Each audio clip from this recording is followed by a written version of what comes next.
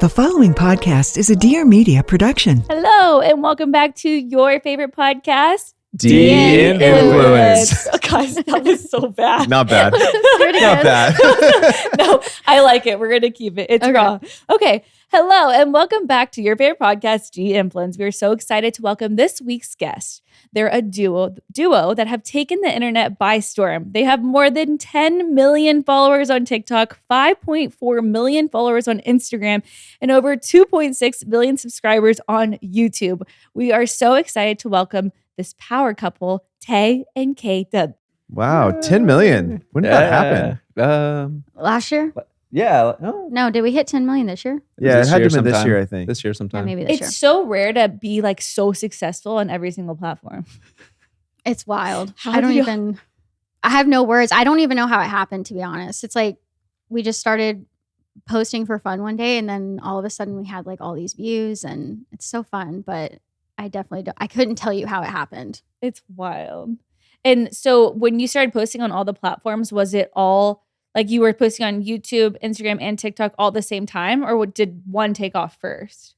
It So was we- TikTok. Yeah, we first, started on TikTok Okay. and then I don't know, maybe like 6 months later started posting on Instagram.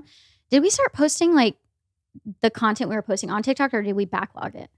I don't remember. So I did one thing really good at the beginning, and I saved all our raw videos. And so Yeah. when we finally decided to post to Instagram, I was like, oh, I got like 6 months of videos. So Yeah. we like just threw Yeah. them all out there. we did the same with funny. YouTube. Which So- is so smart to just keep all the raw, because we used to film everything on Instagram stories and then it would disappear and we were actually filming in the app. So I was like, why are we doing this? Then we have nowhere else to put it. Yeah. But that's when we started posting on TikTok, it was like the Yeah. same thing. You would just take our content that we were filming stories and like repurpose it Totally. and re-edit it. And sometimes like the stories were completely different. Mhm. And I'm like, babe, you can't be posting a completely different Yeah, story on just wrap TikTok them. versus Just wrapped it in a new narrative. well, Yeah. y'all have been so successful. You're killing it. I love how real and relatable all of your content is.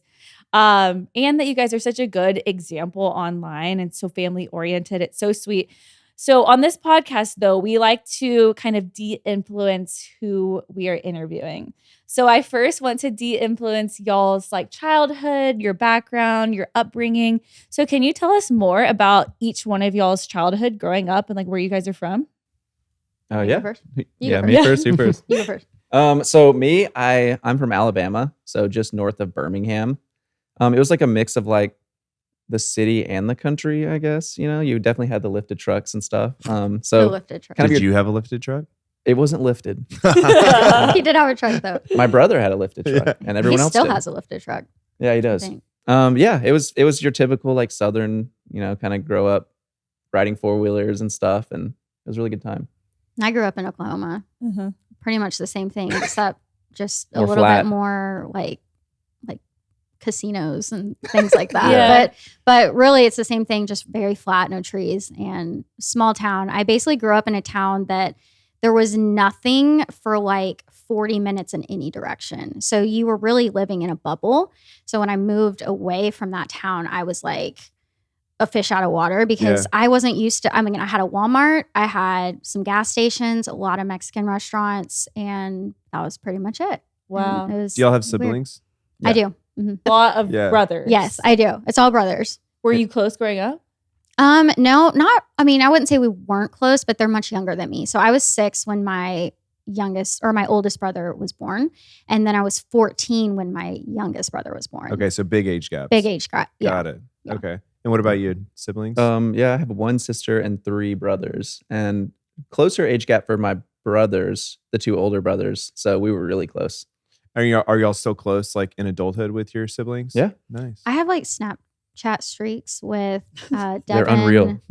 Yeah, She's they're so like cool and I know. young. She's like and hip. they're keeping me hip. I have Snapchat streaks with pretty much like everyone in my mom, my dad, my grandma, my Your grandma. 2 of my brothers. Yeah, I have like several. And they're getting in like 4 digits. yeah, now. like Yeah. we're like up there. Wow. Yeah. So they all still live, your families both live in Alabama and Oklahoma still. Mhm. Yeah. Yeah. So y'all go back and visit a lot? Oh yeah, yeah. Well, my mom's actually in Texas, but she's up like in the Panhandle area of Texas. But we see her pretty often. And then we go back to Oklahoma to see my dad often too. So What do y'all siblings think about what you do online?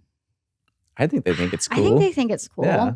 I don't know. They don't really talk a whole lot about it, to be honest. But I mean, they've said in the past, like, that's really cool. Like, you're getting tons of views, you know. But Yeah, they're supportive. yeah, definitely supportive. Your brothers are too, Yeah. and your family. Yeah. Yeah, it's so fun because that's how my brother and I, like, we grew up in Dallas, not too far from here, actually.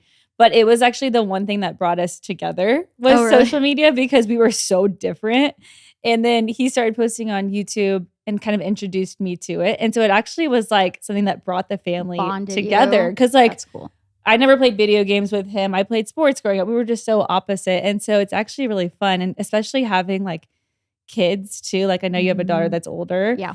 And I don't know if she's into social media, but I feel like it kind of like brings everyone together. Yeah. And so that's so sweet. Definitely. Did you guys grow up religious at all?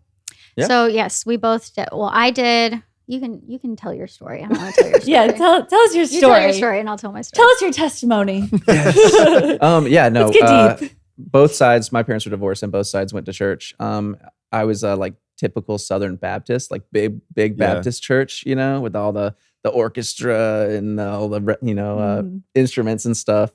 And that was pretty much all the way up until I was 18 and went to the military. So. Oh wow, you went to the military. Okay, Yeah. Did you always want to join the military?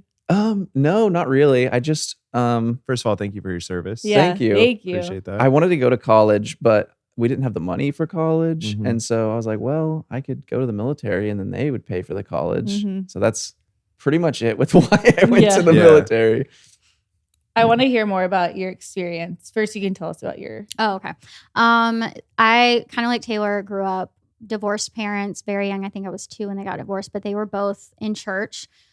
Same as him. I grew up pretty much Baptist. I always went to a Baptist church growing up. And then as I've gotten older, I think it's more like non-denominational. Yeah. Is Yeah. kind of what I do now. Yeah. But both my families religious. you know. Yeah. How much does faith play a factor in your like everyday and your family these days? Oh, I think 100%. Like it's always Yeah. like it's a big part of my life. I mean, Especially we the don't. music. Yeah, It's we always jamming the Christian Oh, I'm music. always like if I'm going through anything stressful or scary in my life, like I'm jamming to some praise and worship music. That's Yeah. just it's always playing in our house. We don't talk a lot about it, I think, on our channel, but it's definitely there. Like we have music playing in our stories sometimes. Yeah. And Do y'all go to church in Dallas? You should come with us to Watermark. oh, you go to Watermark? Yeah, it's like great for kind of, kids. and it's Oh, kind really? of in between us. Oh, okay. Like we're close to, in Dallas, central of Dallas. Oh, okay, cool. Yeah, We're still doing online. We're doing online right now. We were going in person to a church in Allen, but I got a little scared after having Ellie taking her to the nursery, and Yeah. so we kind of just went back to watching it at home. But yeah, I think we would love to get back into a church. It's kind of nice to go to a big church too, where like, okay, this sounds horrible. This is gonna make me sound like a horrible Christian, but I like to sneak in, sneak out. Yeah. No, I understand. Especially when Same. I did have a newborn, I would be like, because like during the music, it was too loud, so we'd sneak in and then just pop Yeah. out. And like our friends are like, "You want to come sit with us?" I'm like, "No, I love you guys. I'll see you later." gonna sit in the back. Yes, if you want to sneak in with us, you're Okay. totally welcome. Yeah. Okay, I want to hear more about your military experience. How long were you in the military? 4 years. Okay. Yeah. And What was branch? it? Air Force. Air Force. Okay. What was that like? It was pretty cool. I mean, I think it was really good for me because, they're really good at like, I'm not going to say I was like reckless as a kid or anything, but they're really good at like getting you in line and like making you think like, what do I want to do with my life? And Yeah. I think it's because the military like kind of sucks a little, like it, because you're always like getting yelled at and there's all these rules that you're like punished for at all times. So you're like constantly thinking like, what am I going to do with my future when I leave here? Yeah. What are the different like dynamics between each military branch? Like, don't Army guys probably talk crap about Air Force guys? It's like police officers and firefighters. Like we're all on the same team, but like we also have these like different nuances. Oh yeah. Like, what are the different nuances between military branches? I know like the Air Force is like the chair force. Like we all yeah. Wait, I've never heard that. That's funny. Yeah. Like y'all just, Just sit in Sit- chairs all Have, day. like, Yeah, yeah. desk jobs. It's actually but it's also true, though, like a little bit. hardest to get into, right? I think Air Force. Either the Air Force or the Marines. Coast Guard. Oh, No, you Marines are like the you think it's easiest. easy? Well, physically or mentally. Physically, it's harder to get into the Marines. I think. Academically, I I would don't say know. maybe is I what I'm think thinking. like Air Force, Coast Guard. I don't know. There's like a Space Force now. Maybe that's harder to get into. I That don't sounds know. tough. That's cool. Though. Yeah. You should someone. Maybe should. I'll go back and do Space Yeah. Force. Yeah. Re-enlist. Got to in get both the Space Force. forces. I wonder if the Space Force covers college tuition. Oh, I'm sure. It's above the branch. I think all those benefits. Do you have any idea what the Space Force does?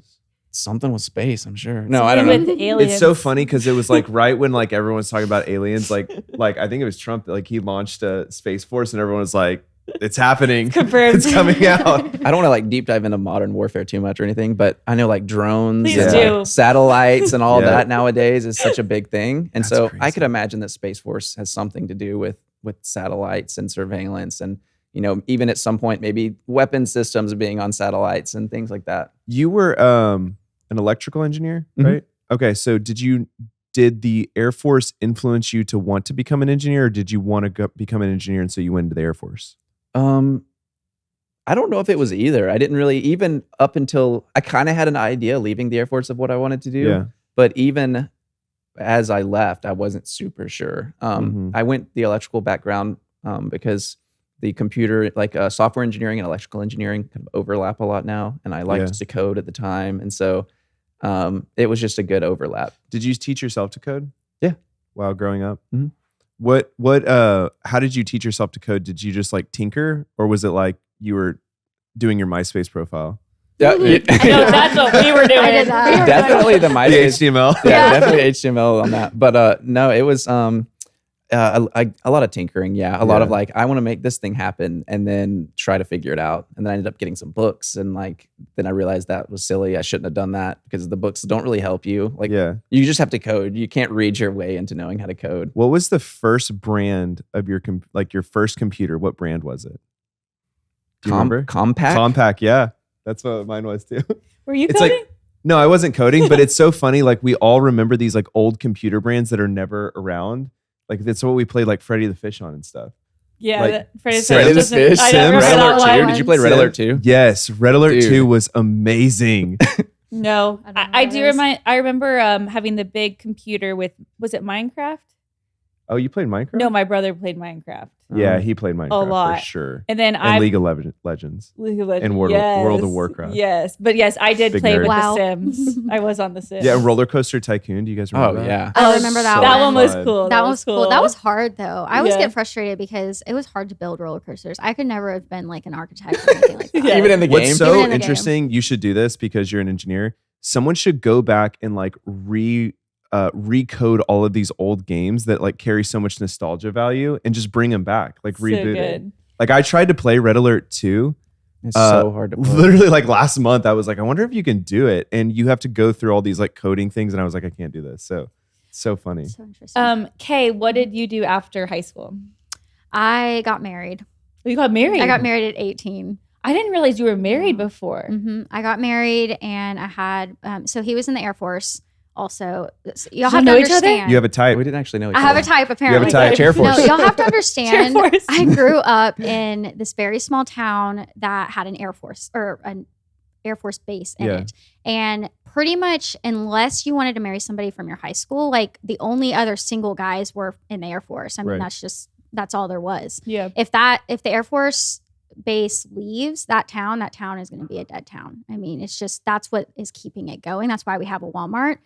They did have a Walmart. Yes. And Mhm. so when I got out of high school, I was more rebellious, I would say. I was very like, I want out of my mom's house. I want to do my own thing. I can't was trying picture to- the side of you. I was I trying know to be you're very so like independent. meek and sweet. I mean, but I at the same time, I just kind of wanted to do my own thing and be an adult. I felt like at 18, you're an adult, you know everything. I was very naive as a child or as an 18-year-old child. But I did get pregnant with my oldest daughter, Kinsley, and had her at 19. And then we ended up getting divorced at 21.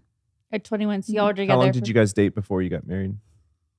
3 months. 3 months? Yeah. You're 18. okay. Don't love recommend is it. Love, you know? Don't recommend Love it. I first thought I sight. was so in love, y'all. So Was he older? he was older, 2 years Okay. older than me. Yeah. So after the divorce, what did you do after that? To be honest, I was not in a good place when I got divorced. I was staying with my grandma in her guest room. I didn't have a job for a while. And then when I did get a job, I was making like $200 a week. Like it was really bad. I had a car, but I wrecked it and it was totaled. So then I didn't have a car. It's not funny. It was a bad time in my life. It's okay. It worked out. This is the character building stage of your life. Yeah. It really was. It was just a really low point in my life, but it really did make me so much more appreciative of what I have now. And stronger, probably. Yes, I learned a lot. I really did. At one point, I moved 2 hours away to the city, to Norman, Oklahoma City area. I was only there for about 4 months. And then when I moved back, Taylor and I had kind of been dating at that point. And when I moved back, we ended up moving in together. And how old were you when that happened? 22. 22. Okay. Yeah. 22. And where were you working when you met Taylor? When I met Taylor, I was working at a place called Factory Connection. I don't know if you know what that is. It's it's kind of like Ross, but very small, like way smaller than Ross. There's not a lot of them. And that's the one that I was a key holder. Okay? Oh, wow. So I was cool because I could take the key and lock the store up. But that's the one I was making like $200 a week. I mean, it was really bad. But I ended up moving to Norman and I went and I worked at a bar and grill as a waitress, on Campus Corner over by OU. And then when I moved back, I went and worked at Sally's hair supply. Yeah. So I worked there for about 2 years until we moved to Alabama. And then how did you guys meet? We met through mutual friends. So I had about 6 months or so, been divorced. And we had like this group of friends that we would hang out with on the weekends. On the nights I didn't have Kinsley, I would go hang out with these friends. And I noticed him with this group of guys that we knew one night in particular. And I was like, who is that cute blonde guy?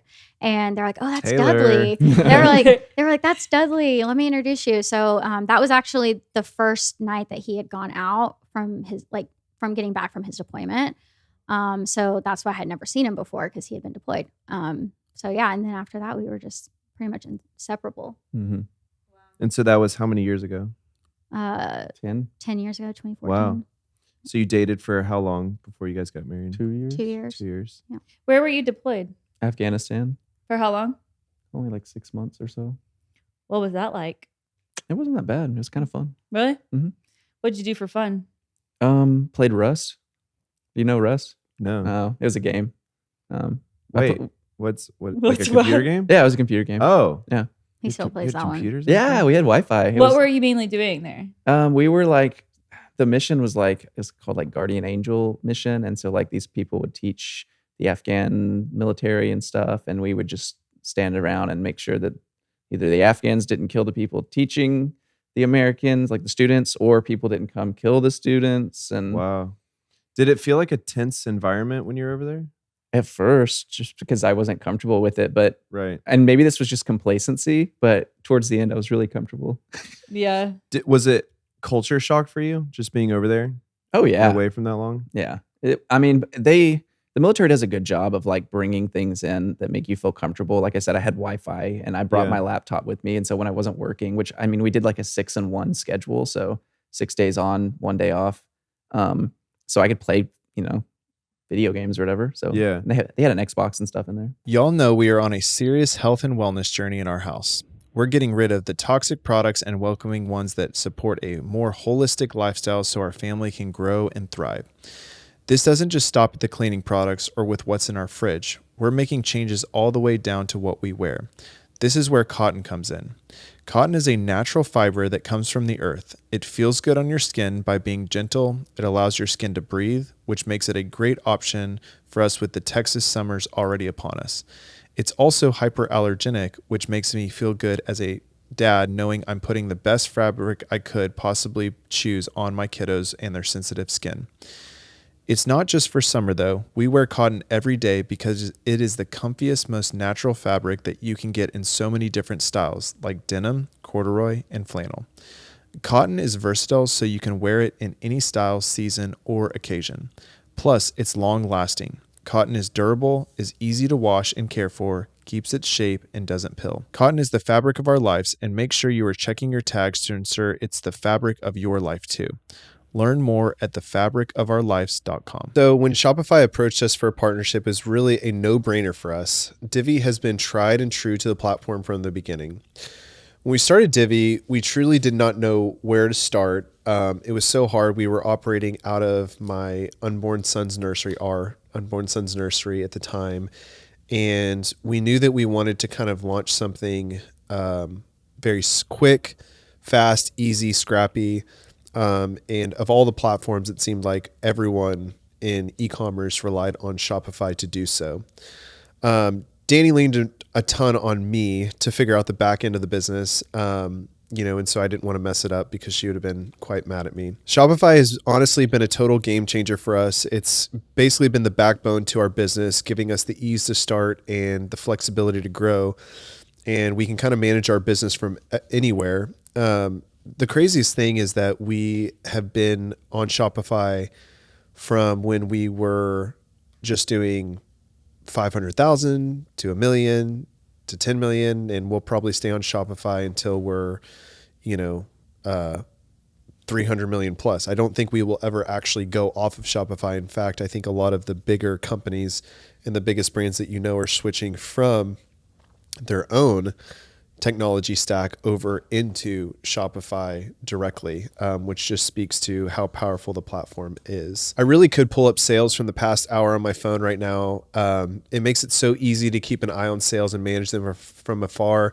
And I know that as business owners, it really gives us peace of mind. I will say though, that I had to turn off the notifications because, I started when you're early in your company, you love the dings. But then when you're later, it becomes really unhealthy. It's like scrolling social media just to always watch your sales all the time. But it's good to know, like every once in a while, we'll actually pull it up and we'll look at, the sales for that day, or during Black Friday, we'll track it more directly. And it's weird to be able to manage your entire business from your phone, and with how well-versed it is now in connecting to our financials, I can even call our CFO and really ask him very direct questions about the numbers for that day, which has been super helpful. As our brand continues to grow, I know that we will never change anything, about our technology. We'll always be with Shopify for the reasons I mentioned. So if you're ready to build your own business, whether it's merch, a passion project you've been sitting on, or even a summer side hustle, get on shopify.com/Dani and make it happen today, because we did. And now we've sold more than 2 million bottles of the scalp serum that started it all from my unborn son's nursery in a Shopify store. So thank you, Shopify, for sponsoring our podcast and being the best e-commerce platform ever. We love you. Are you still close with a lot of your servicemen? No, I don't think so. I feel like the brotherhood side is like the big part, right? It's really weird because you're really missing out. You make really good friends in that moment. Like I can think back to every stage, like basic training and then tech school and then being at the base and being deployed. And I always had a friend that I was super close with, right. I call it battle buddy or whatever you want. Like I had someone that was like my friend. Yeah. But then the second you leave that stage and go to the next stage, you just I never talked to him again. Like every single time. Wow. Yeah. It's really weird. Do you think the military for you was kind of there's almost two different types of people? I feel like it's the military for you was hey, I really want to go to school. This is a way for me to kind of serve my country and then be able to go to school. And then there's others that are kind of this is what I was born to do. This is my life. So do you think that because for you, it was more of just a means to an end? It was just a chapter in your life versus others. I feel like other servicemen we talk to, they're where are me? They're my brothers. They're at my weddings and stuff like that. You call that high speed. Those guys were high speed. High speed. Oh, Yeah. interesting. So what does that mean? That's just they're gung ho. They're in it, They're in it. Yeah. Okay. The high speed guys are the ones that were really into the military, which nothing against it, right? Yeah, it's just a different. Honestly, I'd say type that's better because you should try to be the best at everything you do. So Yeah. maybe being high speed was the way to go. Yeah. That is so crazy. Interesting. So then you guys got married. Uh-huh. Okay. And then what brought you guys to Dallas? When he graduated, he kind of applied all over, and he ultimately landed the job in Dallas. There were a couple in Dallas that he was kind of debating between, but ultimately the one that he chose was just the best offer that he had. Really, it was actually the only two offers you had were in Dallas. Mm-hmm. But he did apply to several areas, and this is just kind of where we ended up. Can I ask you a more personal question? When you started dating Kay, were you intimidated or scared that she had a daughter before?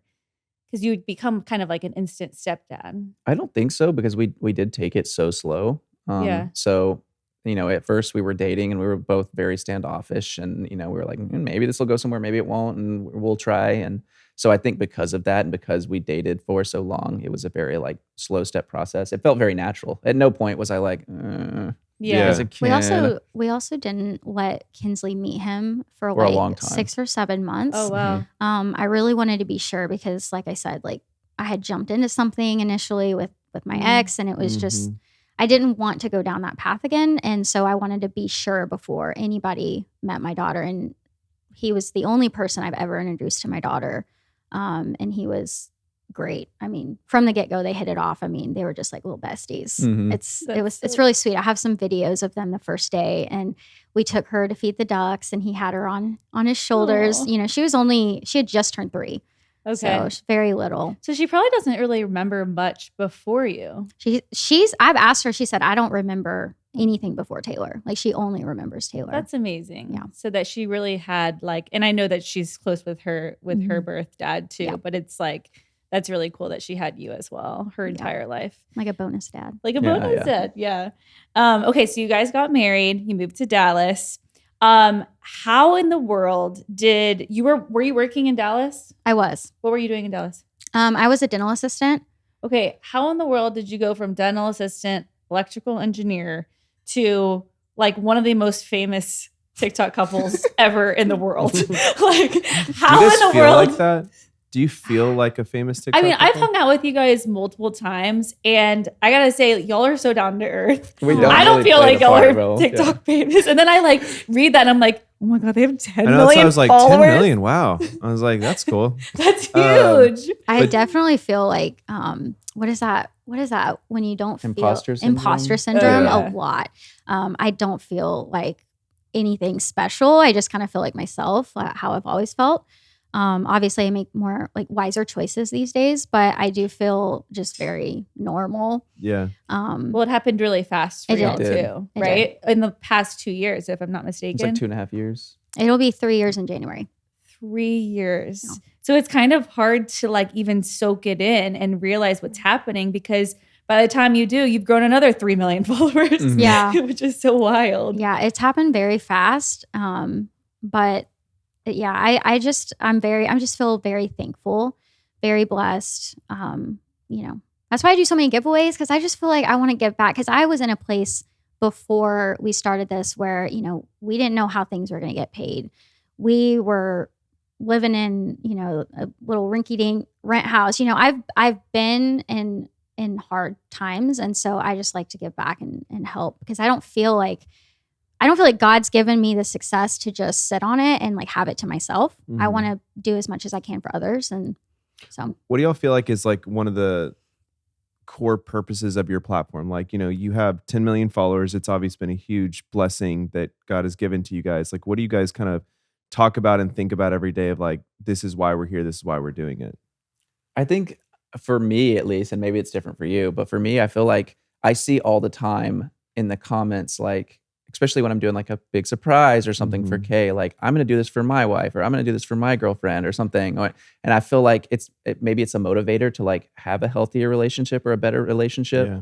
And I think that's great, because I think like that's like the most important thing, really, if you think about it, like, because you have to raise your kids right, and you have to do that together. You can't have like the single parent household raising the kid, because like the 2-parent household's like so important, And so if I'm like instilling in like the young people right now, like have a good, strong relationship, then there's got to be some crazy benefits down the road from that. Yeah, it's cool because like as TikTok has kind of blown up, it's sort of created this like conveyor belt of content. So you're just scrolling. It's going to feed you this. It's very different than I would say like when we, kind of grew on Instagram, where it was like you had to almost like very intentionally decide who you were going to follow.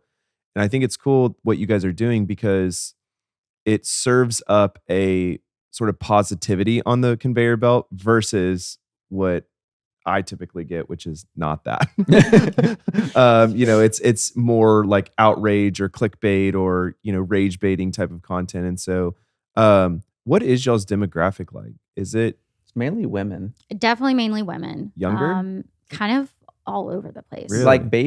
Like baby having age mainly is the main, but we definitely have a big younger audience on YouTube. Yeah, I feel like YouTube Shorts it is depends a on the lot platform. Yeah. like we'll be out in public and there's like 7-year-olds that'll recognize us. I mean, we have a very young audience base on YouTube, but then it definitely depends on the platform. I feel like Instagram is more like It's a that lot older. moms to older, like maybe grandmothers age.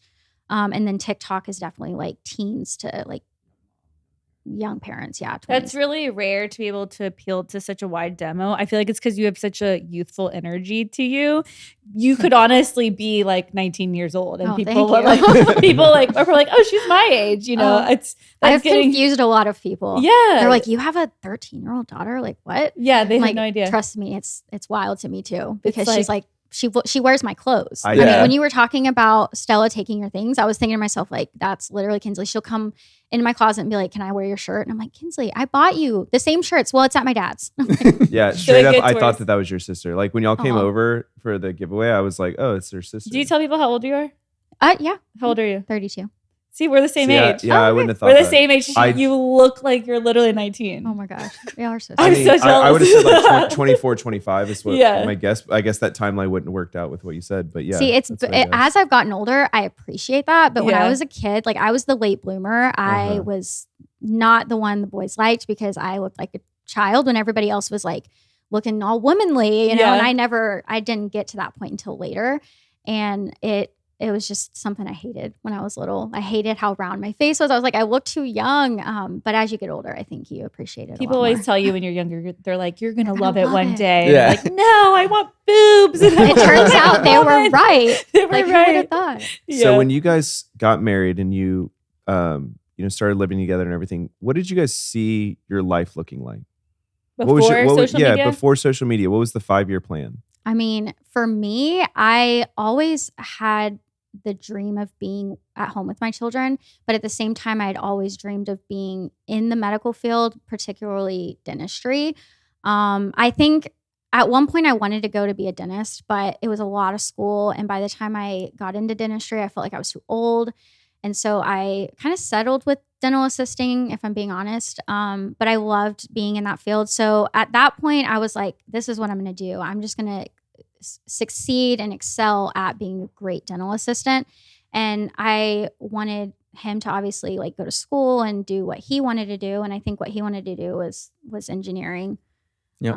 And then really I didn't anticipate having like a larger than life, I Yeah. guess. I really just thought we were going to have a very humble, Have a little house, have a picket fence. yeah. That was my dream. I think that's a lot of people's dream. And I just really wanted to have like my little family, my house, buy a house one day, backyard and work. I might forget this question. So I want to ask you, like, obviously your lifestyle looks way different now. Do you guys miss that dream of just a more simple life in the kind of hustle and bustle and pace of what it means to be a content creator? I think we keep it pretty simple. Yeah, I was going to say the same. I feel like even though like obviously it's a little less simple than what we could have had, I guess. I do try to keep it as simple as, just raising my kid and doing fun things with the family. And I didn't show up in a Ferrari, like yeah. Not yet. No, all right. I would say it's more the opportunities, like the Yeah. invites, the hey, fly here to do this. Yeah. It's probably Oh, that typically I think for a content creator makes the life less simple. True. Like we Yes, struggle with for that a lot because if you truly want to keep your life simple, you have to say no to all those opportunities. far more than most people have to say Right. no, right? And so that's probably the hardest thing to protect, it feels like, to keep things simple is like, we want to be home as much as possible with our kids, oh my gosh, but this is such a cool thing, it's once in a lifetime. Are you good at saying no to opportunities? Oh yeah. We say I no feel a like we lot. say no to a lot, especially like brand deals and things like that. Because for me, I I turn down so many things because if I'm not 100% behind it, then I don't want to share it to my audience. Because like I was on the other side at one point. Like I watched influencers and I watched their stories. And I watched Dani Austin. She's so different now. Gosh. No, but I really did. Like I would be influenced by things, and sometimes I'd get it and I was like, this isn't that great, you know? And so when I was given the opportunity to, you know, share things I like to people, I really do 100% believe in what I share. So we turn down things all the time. I mean, people send us stuff and they're like, please, I want to work with you. And we're like, I just really didn't like the taste of that, or, you know, whatever it may be. What about like extravagant trips to New York Fashion Week or concerts or things like that that are just, you know, they're so fun and it's such a cool opportunity, but a lot of times it doesn't really make sense with the everyday lifestyle of being a mom. I'm asking more so because I struggle with that. And there's all these fun opportunities. I'm like, I want to go and I want to speak on that panel and I want to do this. But at the same time, like those things also really exhaust me and wear me out, even though they're such great opportunities and I'm so thankful. How do you pick and choose kind of like the more extravagant trips and opportunities? Kay's anxiety level. My anxiety. Really? No, Yeah. I really do. I feel like if we're invited to big things like that, we tend to say yes because we see it as this is a dream opportunity. You know, nobody out there, if they tell you they wouldn't do it, they're lying. 100%. Like they would do it too. And we look at it as building our brand, you know, and it's an opportunity that, and not only that, but if it's something we take the kids on, it's another opportunity to travel. And that's something that we really didn't get as children, to travel and go places and see the world. And so I love that I'm able to give my kids that. And maybe it's not as simple as our life was growing up, but it's still amazing. And anybody would be doing it if they could. That's how I feel on that. So how did, because we kind of glazed over this, how did y'all go from being a dental assistant, electrical engineer to posting content? What was the inspiration behind it? And what was the first video? I think it was him. It was He a did mix. it. It was a mix. Were you following influencers? No. Kay, Also, Kay, who did you follow? Who was your core gosh. rotation back in the day? I don't know if I want to say. Come on. They'd be so flattered. You have to. Yeah. Okay. I remember one. It wasn't their name. It was you know, back in the day when OG influencers would have a blog and they would have a clever word and that would be, and they would transfer that to Instagram. Yes. It was something like Giddy Up Buttercup. Oh, or Dress something. Up Buttercup. Dress Up Buttercup. I followed her. I followed, I did follow you. Oh my gosh. I will say. And then I followed like Daryl Ann and all of them. I had a wide range of. What about Emily? Probably Emily, because they were like really good friends. I don't know if I Champagne and Champagne. Oh, Chanel. yes. Yeah, yeah. Yes, that's how I knew her by. It was Champagne. Yeah. Champagne Chanel. Yeah. She How was funny. Yeah. If you want to start the year off right, get to the Container Store. They can help you organize any space in your home and pretty much your entire life. From high quality organizers for your fridge and pantry that make eating healthier a real possibility, to closet storage that helps you see what you actually have, they've got the best solutions out there. They can also design a custom closet, pantry, office, even a garage that makes everyday life easier and more organized. Design services are free. We've used the Container Store's custom Alpha system in our garage and have other products throughout our entire house. Dani is obsessed with the Container Store. Whenever she gets in that cleaning mood, she always wants new Container Store products to organize with. So, if you don't know how to get started, the experts at the Container Store can help you find exactly what you need. This year, find solutions for all your resolutions, the best selection and service at the Container Store. Visit containerstore.com and use code Dani at checkout for a discount on your purchase. That's containerstore.com, containerstore.com, and use code Dani for a special discount. All right, so one of my big goals for 2026, and I'm saying this out loud so I can actually follow through, is finally building a real travel fund. Not the extra cash in the random account that magically disappears when life happens, but an actual plan. And I realized something. Managing your money doesn't have to be a struggle this year. Monarch is the all-in-one personal finance tool designed to make your life easier. It brings your entire financial life, budgeting, accounts, and investments, net worth, and future planning together in one dashboard on your laptop or on your phone. Start your new year on the right foot financially and get 50% off your Monarch subscription with the code Dani. Now, what I love about January is that clean slate energy.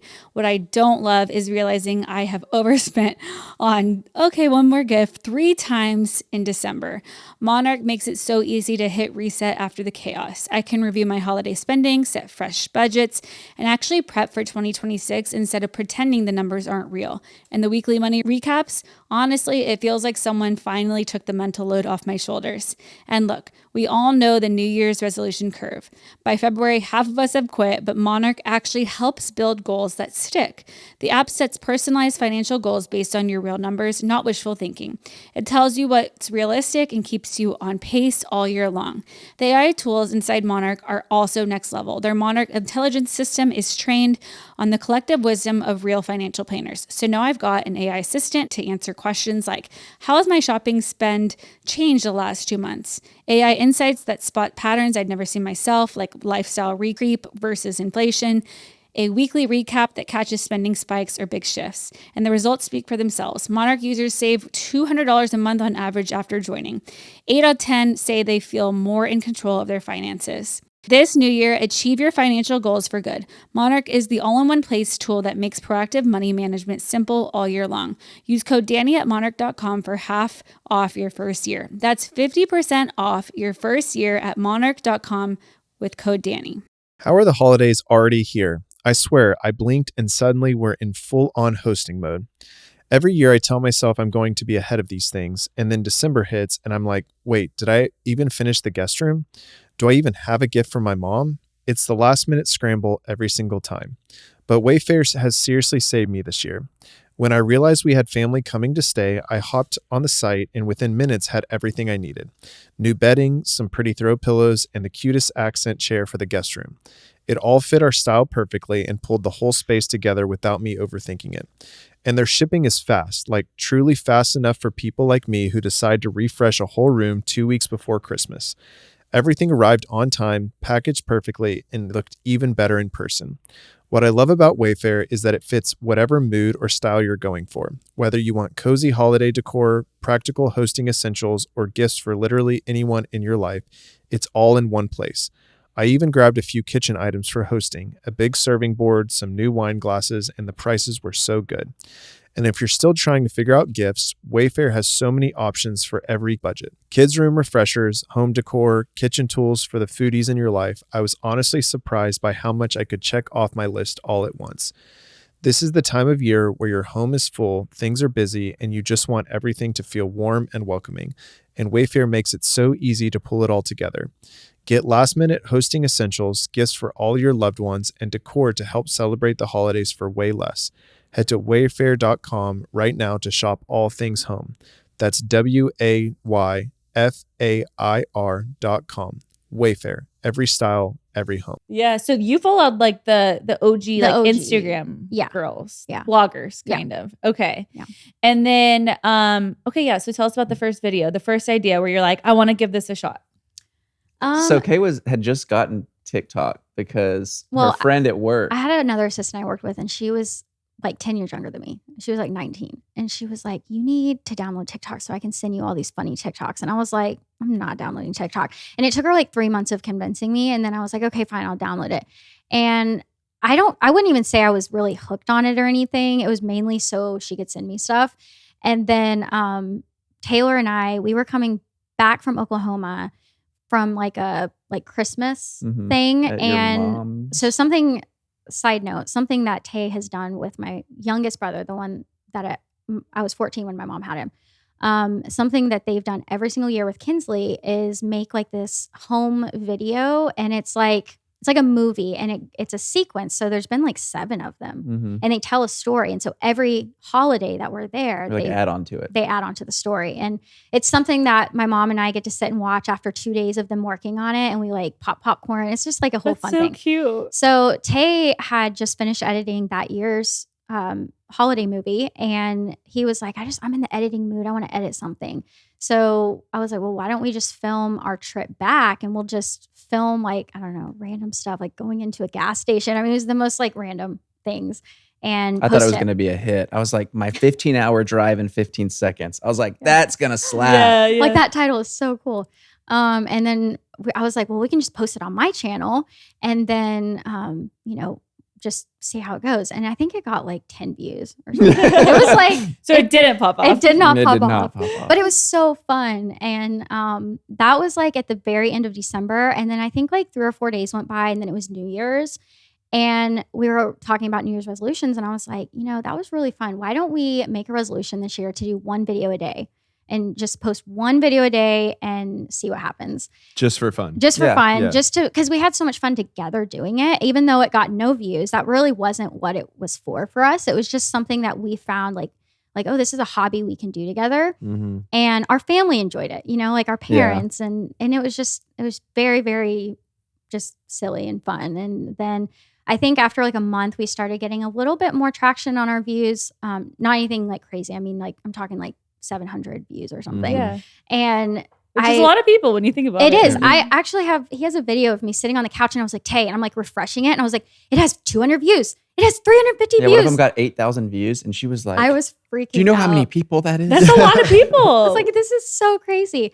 And then I'm trying to think. Oh, he asked me, how many followers do you think you want to have at the end of the year? And I was like, I don't know, maybe 10,000, but that's like a lot. I don't think we'll get that. And at the year mark, we hit 1 million. Wow. You are kidding me. No, it was insane. It was actually crazy. Did you even know what was happening? Like, when you started posting, were you like, oh, people like this type of content? Or were you just posting and it was working? At first, I feel like we had no idea what we were doing. No, we yeah. just For the posted the first most couple random months. stuff. And then we kind of started realizing like, oh, this is the kind. I think we did like the acting like my wife's for a while. And so he would act like me and those always Wait, I've never popped seen off. that. I've never seen those from you. gosh. I mean, I've seen them online, but I didn't know that you did Yeah. those. They, yeah. And they did pretty good. They had like did really 4 or 5 million on each. They're so Yeah. funny. I love this. Those are still like one of our most highly requested to bring back. Really? They're like, bring back the acting like my wife's. And then what was remember when that series we had where Kay would always get packages. And so I would go down there and it was, you ever seen those package Oh, lockers yeah. where Yeah. you and then you never know which one's going to open. You like put in your number or whatever, and then one of them randomly opens. Yeah. And so we'd play this game where Kay would put the number in, and then I would hold my head up against one of the doors and try to predict which one was going to open, so it would hit so me it hit him in the face. And we did that. That one went really, really viral. I feel like that. And we did that one for a couple of weeks Mhm. or maybe even a couple of months. It was a while. It was a series. Yeah, that one was fun. Wow. But it really didn't turn into what it is now until, I don't know, like, Pregnancy. right before pregnancy. We started Yeah. filming more the way that we do now. But Yeah, pregnancy really. What year was everything you just said? What year was that? When you- 2022. Okay. Yeah, 2022. This is so recent. Very recent. It's so recent. And then last year we were at 1 million and then I got pregnant and it went Oh my gosh. like up to 9 million Mhm. last So you year. transitioned to the type of content you're in now around 2023. Mhm. Mhm. Yeah. Like they need to like run studies on y'all. like Well, and what so exactly yeah, was what was the happening? kind of catalyst for transitioning to that type of content? It just fit into your lifestyle It was better. timing. It was so We much had no easier to time. just film randomly than to make some like Skit. Yeah, over skit, Yeah. And s- really I felt like we started building a really good community when people felt like they were getting snippets of our day and of our life. Mhm. Especially like on Instagram. And I think that's why the pregnancy content did so well is because people felt like they were on the journey with us, and the good, the bad, all the crying that I look back on and I'm like, that was so cringy. But at the same Yeah. time, it was very real and very raw. And I was okay sharing that because I had so many people that would reach out and be like, I totally understand what you're feeling right Right. now. And that made it worth it to me because I didn't want people to feel alone because pregnancy is, I mean, it's a scary journey. Your hormones, I mean, you feel all kinds of stuff. And so I just really wanted other women to feel like they had somebody who could publicly tell others, like, this is normal. This is what's happening when you're pregnant. And I think that in the journey, following along the journey really helped build up our community a lot. Yeah. So I think that the reason I pointed at you and said I think it was you is so you guys were over here filming for a giveaway. I think it Mhm. was like Daryl Ann, Dani, you, and someone else. And I watched you film that giveaway, and you were precise. good. So my thinking, it was kind of the first time I had ever been exposed to probably how much goes into a TikTok. But also you really, because Jordan used to film all my content, Yeah. like everything for 2 or 3 years. And whenever you started posting on TikTok, like I didn't even have the app, and he built us to almost 1 million followers. Yeah. Just taking all of my stuff. So I like, when I saw you, he doesn't do it as much anymore. Because when we launched Divi, he didn't have as much time. Yeah. But when I saw you doing it, I was like, oh, this is deja vu. Like Yeah. I remember these days. But what was so interesting to me is that when we did it, it was like, it was photos. Like 2017 was all about like Instagram photos. Mhm. And then they launched, I think it's dead now, IGTV. You were big Which on was that. like long form. And I loved that. Cause like I loved editing just like you love editing. He And loved it. I loved creating stories and like getting people engaged, but it was more long form because that was when Instagram was like, hey, we're going to compete with YouTube. Mhm. So then that died out, and then Instagram stories came about, and we got really good at that. And we just like learned how to integrate it into our lifestyle in a very like real way, which is I think what you guys we didn't did. even plan the content. It was just whatever happened that day. Mhm. And then Reels came out, and I think that for me, it was hard to comprehend like that attention spans were going to go plummet down. Mhm. So I was like always trying to fit, like I was like mad at Reels because I was like, I can't fit what I want to say in 60 seconds. So when you guys came over and you were leading the charge on filming this giveaway, I was like, okay, this is a reel. This is going to be like 30 seconds. And you like, I don't know if you remember this, but you like knew how to kind of micromanage almost every second of where people were going to fall off at every moment. So like Mhm. there was a time where they were like explaining or showing off the prizes, and you were like, there needs to be something in the shot that like catches their attention. So I think that someone like threw dollar bills down. And so I agree with y'all's story that I think that you guys found a really natural, like amazing way to capture your lives. But I think that there's a little bit more of a science and engineering to it Yeah, for sure. that I don't think you get credit for, but I want to use this podcast to give you credit for.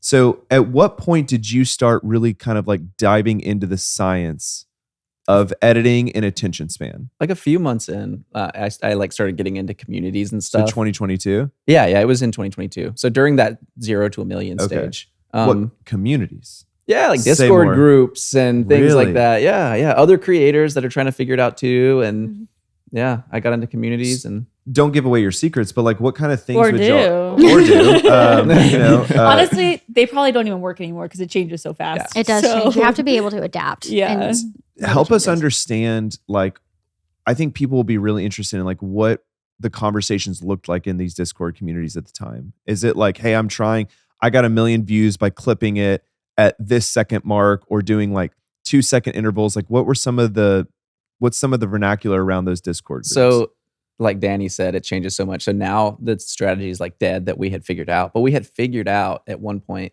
like on TikTok specifically, if you got to this certain view count at this certain amount of time, and like your ratios, like your share ratios, your like ratios and all this stuff was good enough, it would just go up. Skyrocket. Yeah. Mm. And so you would be like trying to figure out like in the video itself, like how do I edit this? How do I zoom, whatever, to get the like ratio and everything, to that point. Did it have to do with a drop-off time? So like, hey, if I can keep them engaged for, and it's so crazy we're saying this because YouTubers are like, can I keep them engaged for a minute? TikTokers are like, can I get them for 3 seconds? Yeah. It- Yeah. What was the second? Yeah, what was the second time frame you had it was to hold them rough. to? I think, well, it was more of how the average person completes. So it was like how you needed like 50, 60% of the average person to watch the entire video.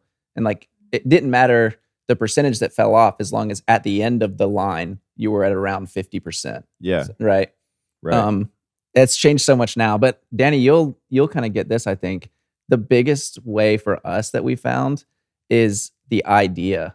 Like if you have a good enough idea, you know this because you did YouTube. Mhm. If you have a good enough idea, you can have a really boring video, and like the idea itself propels the video. 100%. It's always it was always for me at least the most mundane. I feel like when you tried too hard, it like wouldn't make it. But if it was just like if it was a unique topic that was mundane, Mhm. like Yeah. I don't know how to. Well, it's very much like like YouTubers and like this is like Mr. Beast is famous for this. It's like you have to know the thumbnail before you know anything else. And so we always had the thumbnail and the title to our YouTube videos before we ever even filmed the content. We wouldn't even know what the content was going to be, but you liked the title and the thumbnail. But how do you apply that to what you guys do? Because y'all's is such real life that you can't, I guess you can kind of have an idea going into the editing. So like, hey, like I think that this is kind of what the story is going to shake out to be. Or do you know going into the filming? It's a mix. So like, for example, I might have a video that Kay and I think is really funny of Ellie doing this. Yeah. How do I turn that into something that's going to get 20 million views? And so then I'm like, okay, well, I need that first clip needs to have a certain text. Yep. And it could say anything. It could say Ellie's doing a lip thing, but like, who's Ellie? First of all, so all those people that don't know Ellie, they're not coming in. Right. So now it's our daughter, and like Kay's now my wife, and you know, like, and I'm like broadening and making it more generic. So that's like one piece of it, and then it's like, where do we start? Like we filmed this moment, and we have this moment. Where do I start the video, to where people are going to actually see this cute thing happen? And so then it's finding that point in our filming that makes sense. It's just all those little details. It's like a puzzle. Like I think that's what the fun of editing is. That's why I used to love to do it, is like you're trying to take all this raw footage and piece it together into a puzzle that will make sense to someone who's never watched it before. It really is like the artfulness of editing. Why do you think y'all's videos that are so personal about your day-to-day get so many shares? Maybe it's like relatability. Like Kay's really good at just showing herself. And I think a lot of people are like, I go through that exact same thing. And you know, other people aren't sharing that. And boyfriends like, do this for me, you know, all the surprises and things that we do. That's another part. Like, so we have like the random moments that, because we film every day, you know, you do stories, you end up with so much footage and you're like, which one's actually going to go on the story? Right. And we do that, except we have one more element and we're like, which one's good enough to be a reel? And then take that off and we're not going to put that on our story. And that's going to be a reel. Yeah. But then you also have the planning aspect of like for example, our 8-year wedding anniversary. Like I had already planned for a month. Like I know what I'm going to do like for Kay and like that surprise, you know what I mean? And like, so I like filled the room up with balloons and like hid the presents in the bedroom. And so like, it's kind of like I was saying, the ideas too. You have to have those ideas ahead of time. And totally. Yeah, no, I mean, we know that whole, it's kind of weird because the life of a content creator, you end up realizing that the job is your life and your life is your job. And so what was very odd, and I think what burnt me out, you know, probably a year or two ago, before Divi even. R.I.P. He used to help me film. Well, so I miss those days. To be honest, what burnt me out was like us having kids, because when it was just us, it was so fun to create these moments, and it was like we were a team doing it. But when we had kids, I really felt like, and I think that in the same way that you are really good at the TikTok side, I think I was really, really good at like the Instagram story and just Instagram side in general. Like I really understood the science and the artfulness in that era. But what I realized was like, man, I feel like I'm contriving our lives, and, you know, to a certain extent, like with our kids, right? And so when our kids were really young, it just psychologically, I couldn't wrap my mind around it. Like I really struggled being like, okay, like am I planning this moment for not when our kids were really young, is when they started to get older. Yeah, sorry. When they started to get older and like were cognizant of like what was going on, I started to have a moral dilemma in my mind. And I think that you guys are doing it really well, to be clear. But I think a lot of creator couples and families go through this, where it's like, am I creating this moment for content, or because it's like truly authentic to what my daughter or my wife want in the moment? And I struggled through that. Like, and I'm curious, like, do you guys ever feel like you struggle with just that natural nuance of being a content creator? I think for now it's very natural. Like you were saying, it was natural in the beginning. We've talked in the past about, you know, when Ellie gets old enough, if she's disinterested, you know, we'd probably just put her, you know, like she wouldn't appear in the content as much, you know? And because at the end of the day, like you said, it's our life. Like, and so if it's not fun, then that would suck, because you have to do it every day. You know, like I put a video out every single day, and there's a difference between editing something that I'm really excited about and enjoy, and a moment that I like, I'm enjoying rewatching. And then like, I hate to say it, but like sometimes I do branded content and I'm not enjoying it. And I'm like, I got to chug through this Yep, because it's part of the job. Yeah. Do you guys? So the dynamic I feel like is happening is probably similar to ours, where y'all film during the day, and then you're probably with the kids, and then you go into your cave, Yeah. and you probably edit That until Yep. Yeah, that you was probably ours. edit until like what, 12, I like 1 a.m.? 11 o'clock. So Yeah. we kind of have like a good thing going right now. It always hasn't been like this. It's really been since we've been able to get Ellie on like a good routine. So Mhm. she goes down at 7. Like Yeah. if it's any later than 7, she is not having it. Like she's unhappy. So if we put her down at 7, we kind of use the evenings right now as like our us time to just really not film, not do anything. Like we just hang out together, whether that be like playing a video game together or whatever it may be. But we do that together. And then usually he'll edit like in the mornings. In the AM. In the AM right now. So we Interesting. Yeah. It's So the first thing I do. I wake up and I edit. Do you feel creative in the morning? Yeah. After we're coffee most and productive everything, I'm during like, the day, I think. I, At the I end of could the never day, edit at night. Never. Oh. He used You're to. kind of an odd bird. He used to. Because Well- I feel like editors are typically they'll go in a cave at night, Yeah. and that's where they get their kind of like creative second wind. well, I Not think when you for have kids. me, it wouldn't work if like Kay isn't around me when I edit. I do go off on my own and do. Same. Wow. And I would that always has to be that disappear. way. If Kay will come in and ask me a question, I'm like, Kay, I'm in the zone. Like, Yeah, I I can't do it totally right feel now. that. I would like literally take my phone and I'd be like, okay, bye. Like family vacations, I just disappear. They'd be like, where's Jordan? And it's like, oh, he's probably editing. Or Yeah. something Oh my like gosh, that. I was literally in labor and I swear the nurses were probably like, gosh, this absent husband over here. But I was like telling Taylor, I was like, do not stop editing. We have to have that I video did the today. Yeah, he's like, no, this is gonna slap. Yeah, I do the same thing. I'm like, you go do your thing. Like, leave him alone. Yes. Yeah. I am very supportive of him Yes, just doing his same. thing as long as it takes. And then I'll just take Ellie, Kinsley and go do our thing Mhm. and not bother you. Mhm. It's so funny because it's like this is just such like a inside baseball story, but it's like I think I even in our family kind of got this reputation. Like when we go on family vacations with our extended family, I got this reputation of like, oh, like he's not present or he's not interested. And I really was. And like we would be able to watch this like content back. And it was like such a fun,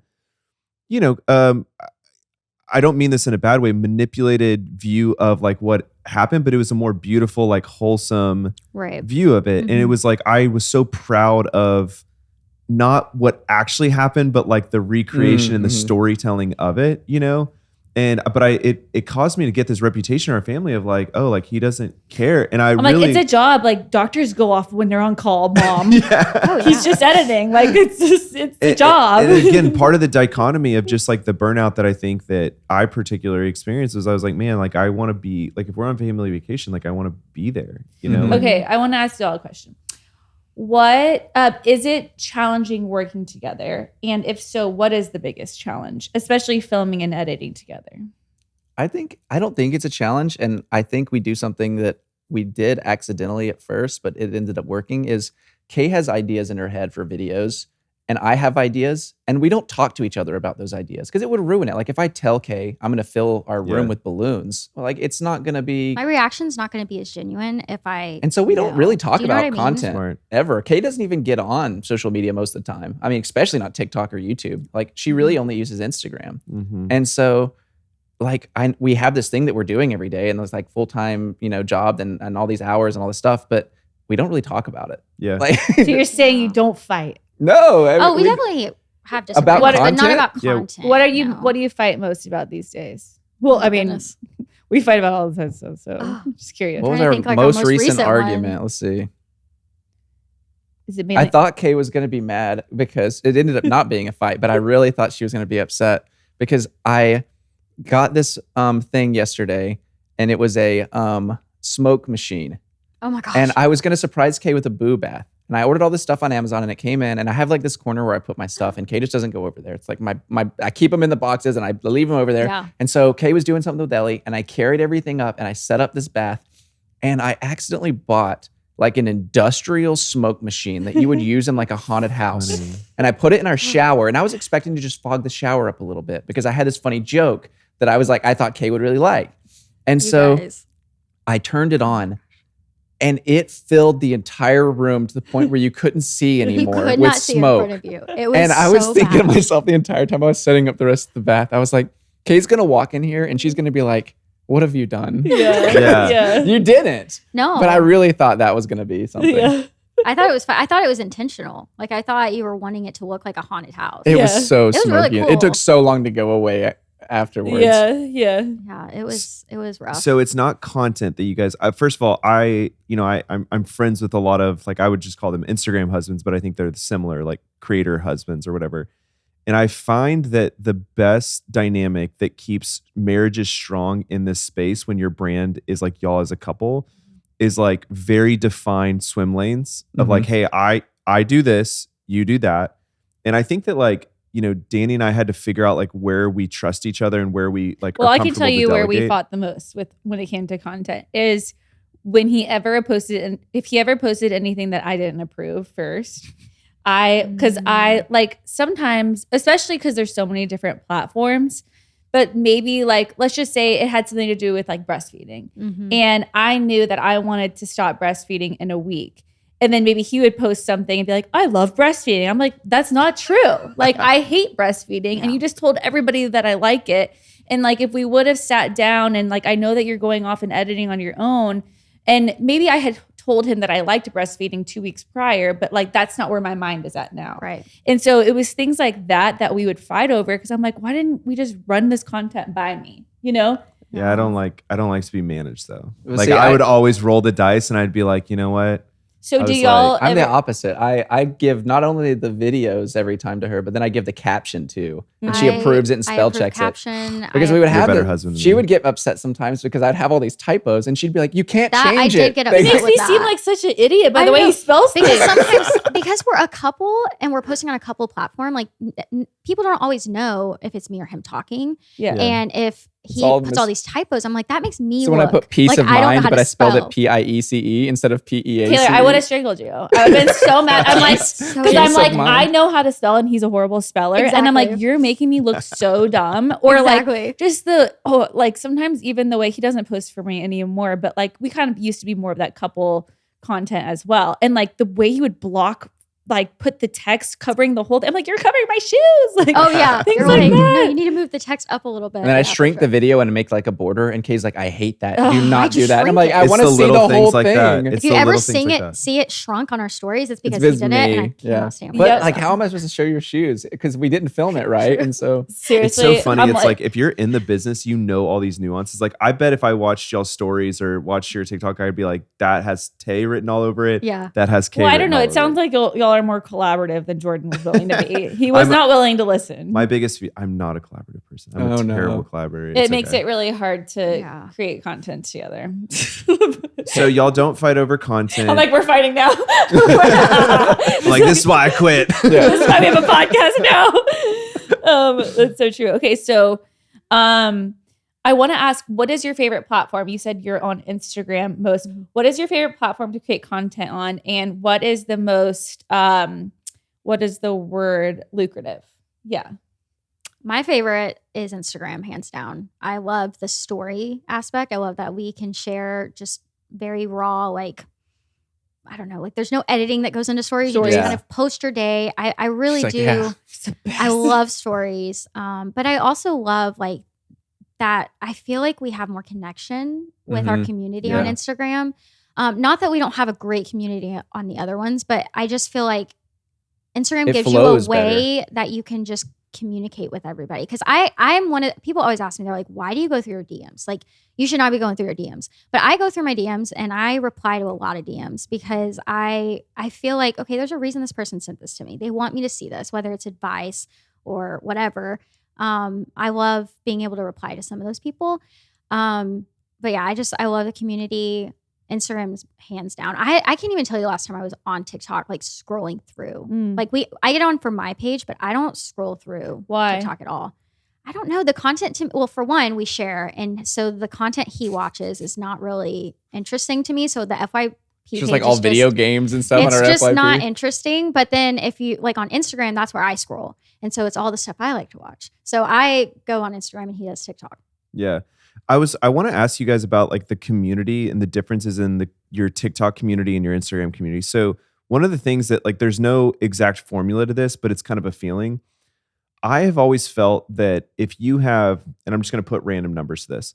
if you have 500,000 followers on Instagram and they're very engaged with your stories and you have a meetup at a mall, I think that you could have more people there than someone who has 3 million followers on TikTok and even gets good views, right? Well, Because is that true? Do you feel that way? It depends. I do. So I do. a couple of extra aspects. How long have you had the 500,000 followers and 3 million True. followers? Are they newer followers? Like if you Are did a you newer if you have account? 500,000 followers that you've sat on for 7 years, or is it, you know what I mean? yeah, okay, that's a real. So what are other variables that would factor into The this? reason I say this is because on TikTok, no one unfollows. So if you have 3 million followers, you could have gotten a bunch of followers a long time ago, Mhm. and no one unfollows. So you just have them on Mm. Instagram. You're constantly battling the unfollow rate. You probably know. That's so true. And you're churning followers at all times. Yeah. And so in that case, 500,000 meetup probably, because you've held 500,000 followers for however long and churned new followers. And the person with 3 million, unless they just got it like right then,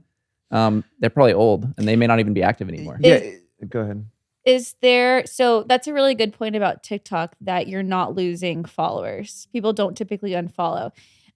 They say like if you have 20% of your following on Instagram super engaged, like that's really good. Mhm. Is there like a percent ratio on TikTok that is really good?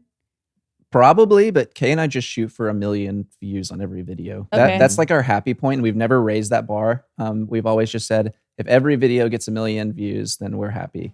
Do you feel like if you shared a meetup that you were going to do in Dallas just on TikTok, you would have as much of an audience come as if you did it on Instagram? Mm-mm.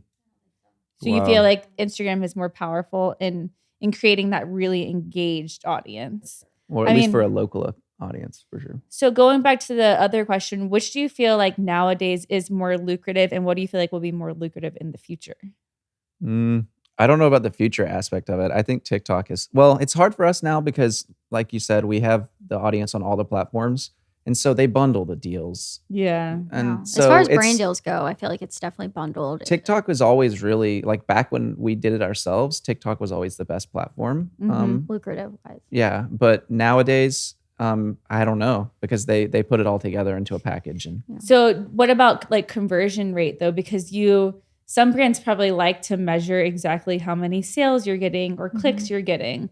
Now you can, I'm still like out of the loop with TikTok, but you can put a link on TikTok now, right? oh, I didn't Yeah. know that. Oh, you I can- don't know. Oh, well, TikTok Shop. Yeah, TikTok. I'm like, Shop. you would know better than I would. Yeah. So I always told brands like, if you want exposure, Yeah. like TikTok's great for that. Yeah. And then if you want, clicks, then Instagram. You Like go to- sales. Yeah. Then you- Sales or Instagram for That's sure. what we're finding on the Divvy side. I think like that's why I'm so curious, because I think every brand had this like FOMO effect, right? Where it was like, oh my gosh, we've got to work with these TikTokers. They're getting so many views.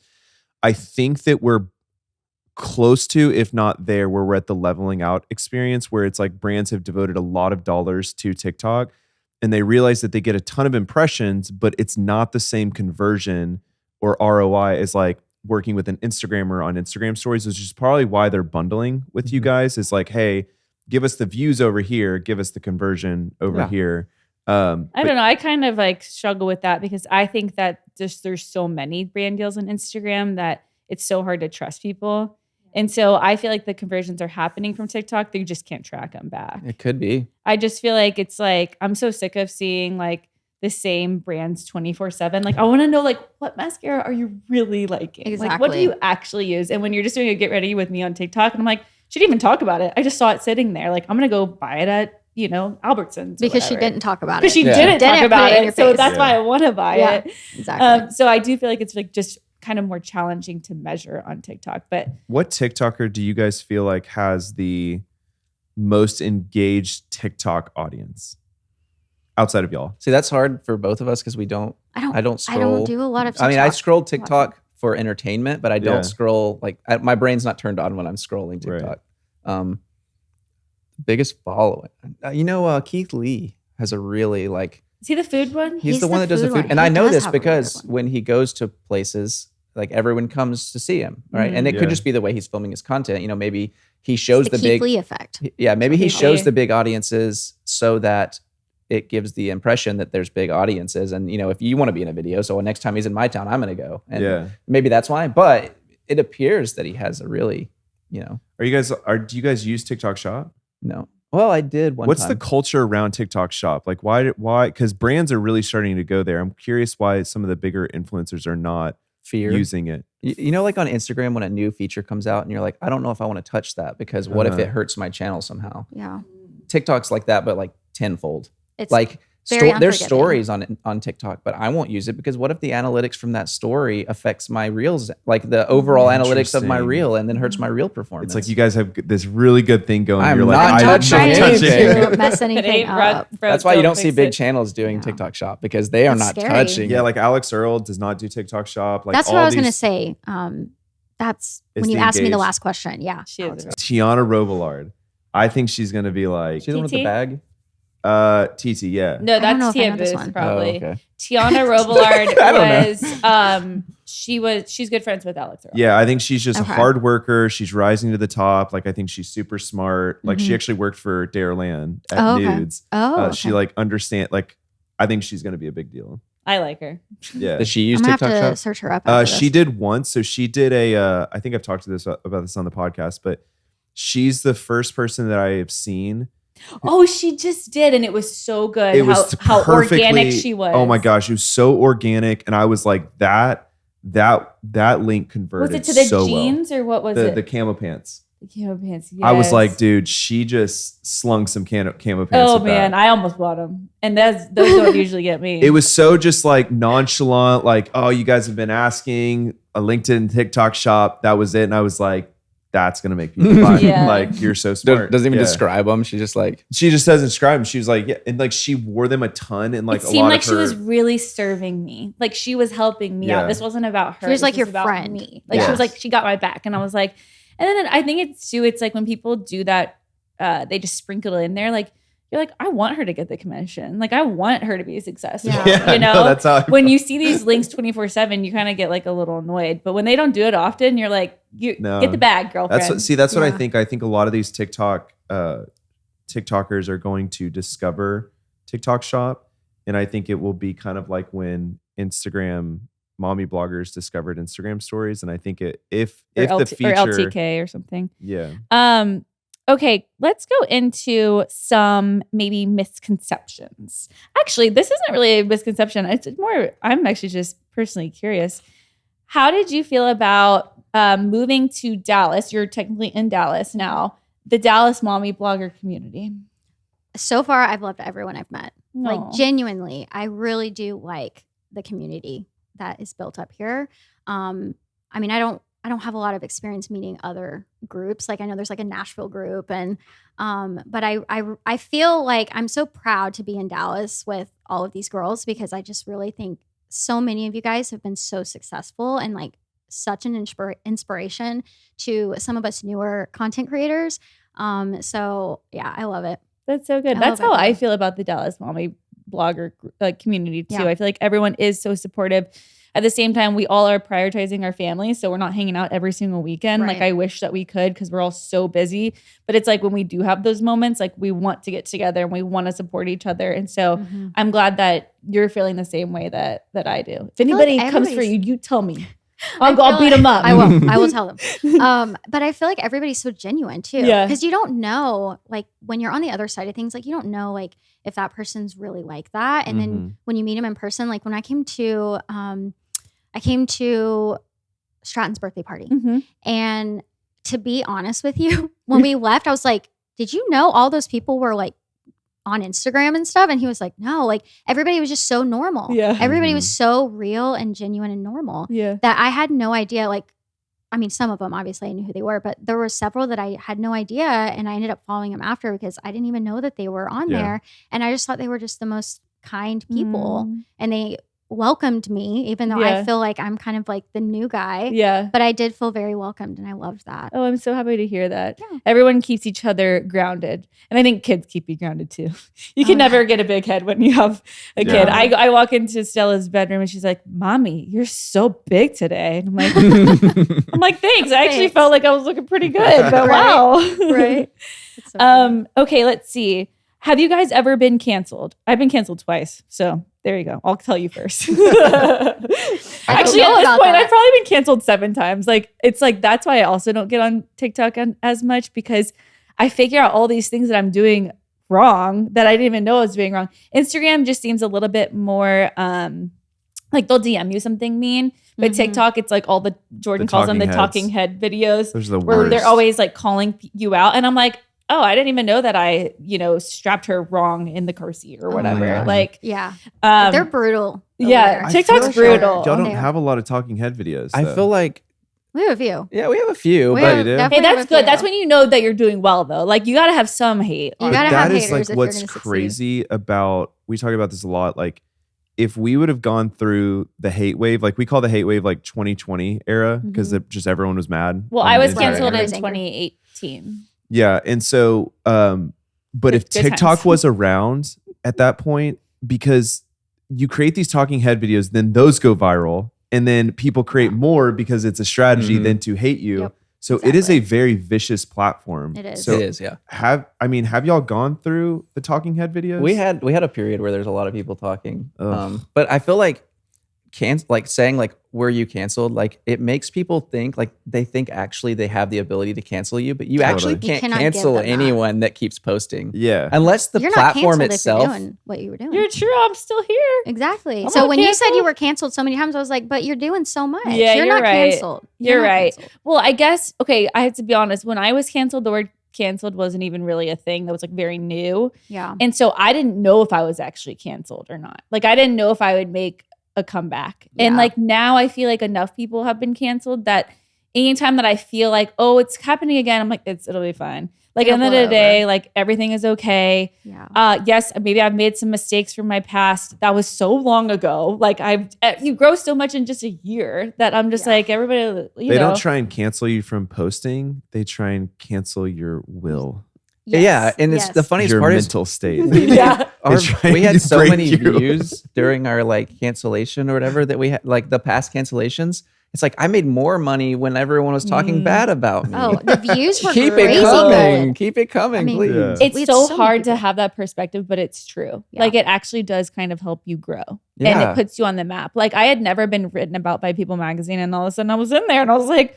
Mom, look, we made it. You put it on your wall. I'm like, then at first it took 2 weeks of Frame crying it. in bed. And then I was like, but wait a minute. I was You're in like, People magazine. Exactly. This is pretty This cool. put me on the map. Yeah. Okay, so let's see. What does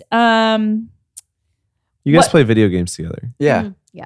I remember you telling me that. Mhm. That's cool. I feel like that's Dani- something that I can't get a lot of other women like to relate to me on that. I feel like I'm so like weird. She's Yeah, good. what do you Okay, play? I What do you used We're to- playing PUBG right now. I used to play some games. See. You like play like shooter games. She plays real Yeah. games. Yeah, I do. Okay, but to be fair, it was just something I started so that I would have something to do with Tay, and like I knew how much he enjoyed it, and I didn't want to be one of those wives that was like, get off your video game, like because I knew he thoroughly enjoyed it. Like that was Yeah. his wind down, that was his decompression, is Yeah. to get on his game, and I wanted to be able to enjoy that with him. And so I think it was a joke at first. He was like, "You play with me," and then I actually enjoyed. She gets Dang. into Do you like it. have a headset and Yeah, everything? I have a whole we have like. matching setups. gaming I'll have to setup show you now. a picture. Wait, so Wait, Kay, you know why when are you you not talk in those chat streaming? rooms? That's what everyone says. Why are you not I streaming? know. You would 'Cause I'm make not good. You would kill it. I'm But I feel horrible. like it doesn't matter. I feel don't like you just have have to to be look cute while you're playing games. Yeah. A lot of people have suggested it. We And have the whole we- setup. We Everything might do you would it one need. day. I don't know. Maybe if you ever get like burnt out of creating the relatable content and you're like, I just need a break from my personal life, you could go into that. Yeah, I'm definitely the gamer that like they'll be like, he's behind you, and I turn the opposite way. Yeah. Like I'm not good. I'm never gonna claim to be good, but I do enjoy it. Well, Like, it's honestly, fun. like, and I'm just so curious if y'all feel this, like females in game chats and like, you know, if you're actually like talking, I feel like when females play in these games, like the culture's pretty ruthless in the gaming They're culture. mean. Yeah. It's super they're mean. so Yeah. mean to women. It's true. Yeah, Or it's they real think I'm a bad. little boy because Yeah, like yeah. that hasn't hit puberty. I Yeah. get that all the time. We've been Like, playing who's this game. 12-year-old boy. We've been playing this game where you're like in an office and you have to try to figure out Dale which- and Dawson. Dale and Dawson. Yeah. So fun. And you have to try to figure out which ones are the slackers. Like think like Among Us, but like Uh-huh. repackaged. And the men on that are so horrible. Oh, I or bet. vile. And they're vile. like, they all like role play as they're in the office. So they're like Yeah, it's just yeah, the it's worst. not actually mean. It's like vile. It's Yeah. very You've vile. probably Horrible. heard things about like said to you that you're like, because they're protected from anonymity. Like they don't, Yeah. they can say Exactly. whatever. Exactly. Babe, try and think of the worst thing you could ever say to Kay, and times that by 10, and that is what they say to her in the I game honestly chats. couldn't. Maybe that's why she handles the hate so well online, because she's like, this is I've been nothing. doing this Yeah. since 2015. That is funny. I could try to learn some video games. I could tell you some like We could all go fun paintballing I'll tell you and what I stuff. played growing up. Okay. I did play Mortal Kombat. Okay. Oh, see, I played Zelda. okay. I played love Mario Kart. 007 on N64. I did too. Goldeneye? GoldenEye. Played that. I played all the Super Smash Bros, Super Mario, all of that. I played anything that my brother was playing, but I'll tell you where he lost me was like the Minecraft. He lost me, and then he lost me at World of Warcraft. World of Warcraft. He was actually really big in World of Warcraft. That was his Yeah. thing. That one And then destroys families. yeah, and yeah. lives. But I liked like 007 and like some of those like shooter games because they weren't too like I don't know, grotesque and like too Mhm. much. But I was Yeah. still like competitive. Yeah. But yeah, so that was kind of my jam. So anything in that realm. Are you I could- playing Call of Duty? Not really. We've never really gotten into that one. We play Tarkov. That one's pretty What's fun. Escape from Tarkov. It would take a long time to explain. Think a shooter game with extra Okay. steps. You guys Yeah. play board games? We have a bunch of yeah. board Yeah, they games. love we've talked about Catan. this. They want to play I- Catan. I I love- love yeah. That's fun. I switched over to Risk. Oh, but- really? I've not played that one. I Is love it fun? Risk. I played that one. Something I did when I was deployed. Yeah, you A seem lot of like you Risk. would be Lot of into Risk? like niche board games. Mm-hmm. Yeah. We need to have a game board night. We should. Yeah. We love game night. Okay, let's see. Where do y'all want to be in 10 years? If I could be exactly where I am right now in 10 years, like that would be great. Obviously I want to continue to progress and like maybe make a brand or a company Yeah. like you guys have. But like I am just so content with our life right now that I wouldn't be mad if we just did exactly what we're doing right now for 10 years. That's Obviously, awesome. maybe pop more children out. but- Yeah. Yeah. I feel like I'm Oh. on definitely the more Wait children. a minute. We can't just skip over that. We're good. More How many are we babies? talking? I want at least 2 more. Okay. I've always wanted 4 kids, and I Same. feel like, honestly, I could have a baby every year and be happy. Like, I love having babies. Like, I think it's the most fun thing. It's the most Ooh, that's where you lost me. rewarding thing. I mean, now don't get me wrong. I don't love pregnancy. Like, Okay, I don't okay. love pregnancy at Okay, all. yeah. Oh, It's she the hates it. having the baby and seeing them for the first time, like Mhm. the just absolute high you get from like having a newborn. I love that part too. It is just epidural, all that. unmatched. And then Yeah. Ellie Yeah. is just like the perfect baby. Like Oh my gosh, she's I think so she's good. good purposely so that we'll have more, and then they're gonna And be then they're yeah not. they're gonna be the worst. I've actually been blessed with 2 really good babies. Like Yeah. Kinsley was so good. She's Kinsley great is now. amazing, y'all. Like I know that she's not in your content, but I've had a chance of meeting her a couple times. That girl is amazing. She's so like she's chill. so Thank mature. Like honestly, she could be your mom. Like she's so She has to mature. keep me, And she's leveled. like, you ask her any question and she really knows herself and she's confident. She's beautiful. Like, you've done such a good job with her. Thank like, you. I was just blown away the first time that I ever met her. I'm like, can we hang? Like, is that okay? Is that weird? I feel like she's just a very good kid. She has a great head on her shoulders. She's going to do big things, great Yeah. things. She's not the kid that I'm ever going to have to worry about. Like, and thank goodness she was the one I had at 19 because she truly was such an easy baby. Like you could put her in her bed and she would just fall asleep. There was no sleep training from the Yeah. get-go. She was just easy. Mm. And the only thing I will say is she's the pickiest eater Mhm. I've ever met. Like for a Mhm. while she was on the beige diet. So it was like chicken nuggets, French fries, mashed Well, I'm potatoes. still on that diet. It was I'm 32, still going beige. But yeah, both having 2 kids back to back that are great and like Mhm. well behaved, like I could have like 5 more, but realistically, we'll probably have 2 more. Okay. Yeah, I that's love that. the goal. I love it. Let's see. What advice would you give to others getting into creating content right now? Anyone can do it as long as you keep your head in it at all times. Like momentum is Yeah. everything. Mm, And you guys know this. Consistency. Yeah, Yeah. consistency and momentum. That's it. I mean, ride the like, wave. we've done a piece of content every day since we made our New Year's resolution, you know, Mhm. It except really is a one day. lifestyle change. I mean, you can't just expect to not make it like your life. Like, I mean, you think about content every single day. Yep. You have to. If you want to be on top, if you want to succeed, you Mhm. have to do those things. Like you have to be consistent. You can't go a month without posting, like not saying you can't come back and make good views, but you're not you're not going to grow the same way. It is a Yeah. lifestyle. It's not It a is. job. It's a lifestyle. not. Yep. It's Mhm. not For a sure. job. You gotta And- love it. But that's what I love about this job is that it's really like integrated into just our normal life. I feel like I'm not working. I feel like I'm just living my life. Mhm. And that's why I feel like when we post very like milestone content, like just slices of our day, and those are like memories. And now like I'm thinking about Ellie turning 1 next month. And I'm like, but I have a whole year. Literally, I'm You going to can have see what she's doing. 365 days worth of Ellie content. Like, Mhm. not just Ellie, but just our life. For 365 days, I'm going to have that. And that makes it worth it to me. Even if it wasn't about the followers or the money or anything, the perks, I get to have all of these memories. And it is just so cool that we get to do that. I love that too. My mom's always like, "Oh, you don't have photo albums." I'm like, "Mom, they're all over the internet, Yeah. and you can access them anywhere that you are." Like, Exactly. you have been very transparent about your autoimmune conditions. That's kind of what you call it. You started dealing with those about 5 years ago, I believe. Can you tell us more about that? Yeah. So I actually have a family history of autoimmune conditions. My mom has lupus. She's actually she was a nurse. She's disabled now. And so it kind of runs in my family. So about 5 years ago, I started getting very mild symptoms. Like if I didn't have a family history, I wouldn't have been alerted to go to the doctor.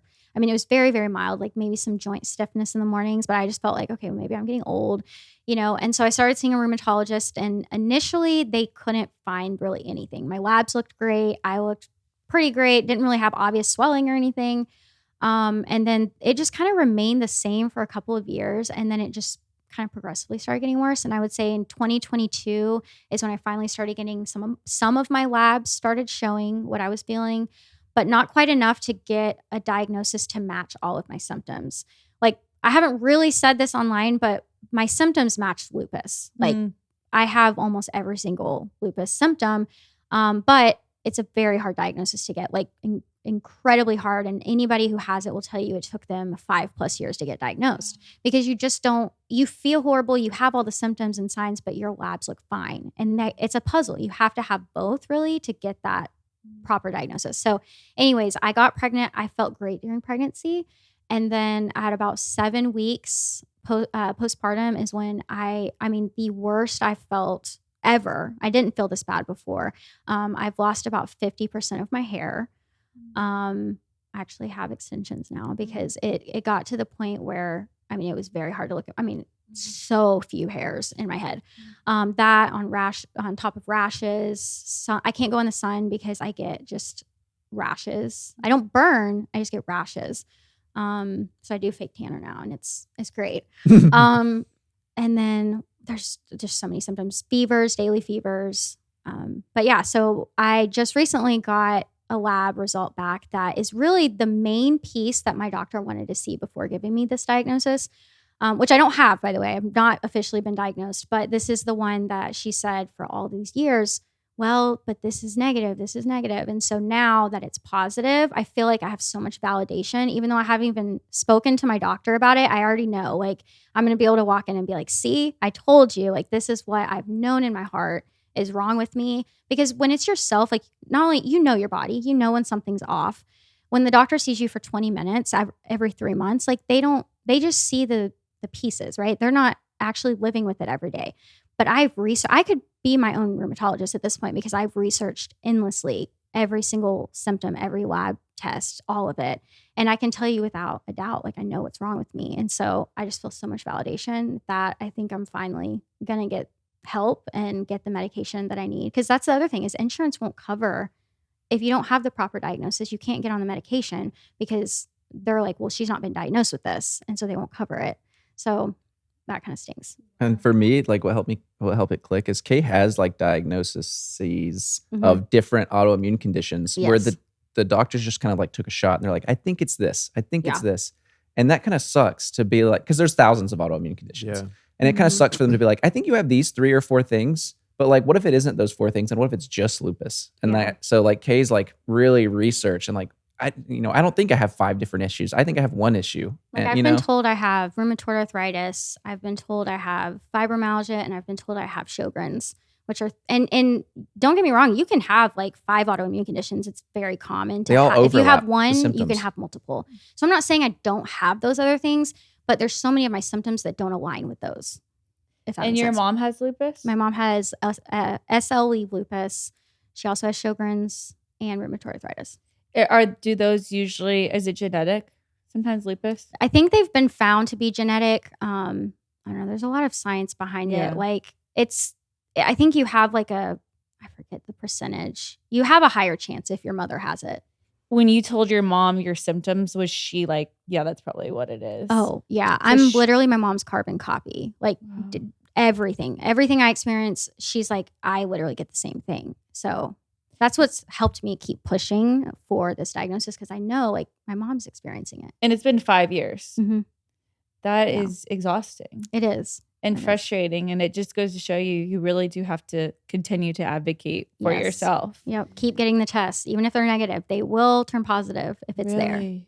So That is so She had to actually end up coming off all of her medication. So like all the stuff that doctors had prescribed to help her with her pain and stuff Mhm. for other autoimmune conditions, she just had to cold turkey all of it. I really think that those medications were what was causing my tests to look normal because they were helping just enough that it wasn't able to show. And now that I've been just off of everything for like 3 months now, it finally started showing. And I was like, well, wow. that had to have been it. Did you ever deal with postpartum depression? I wasn't clinically like diagnosed with that, but I would definitely say I had a lot of that and anxiety really bad. Same. And I think that I had never taken a medication consistently like that. You know, if I had strep or whatever flu, I would take something. But I feel like ever since I started that medication, it's so hard to track like why are the night sweats happening? Are they from that medication? Are they from the pregnancy? Or are they from anxiety? Are they from I'm just hot at night? Like it's just so hard to track it and I'm so scared to go cold turkey. Especially because I've had now 3 pregnancies in 4 years. And so I'm like, I don't want to get off my medication because these pregnancies are hard. And so, but I will look forward to the day whenever I can just like clear everything and start from scratch and like really assess.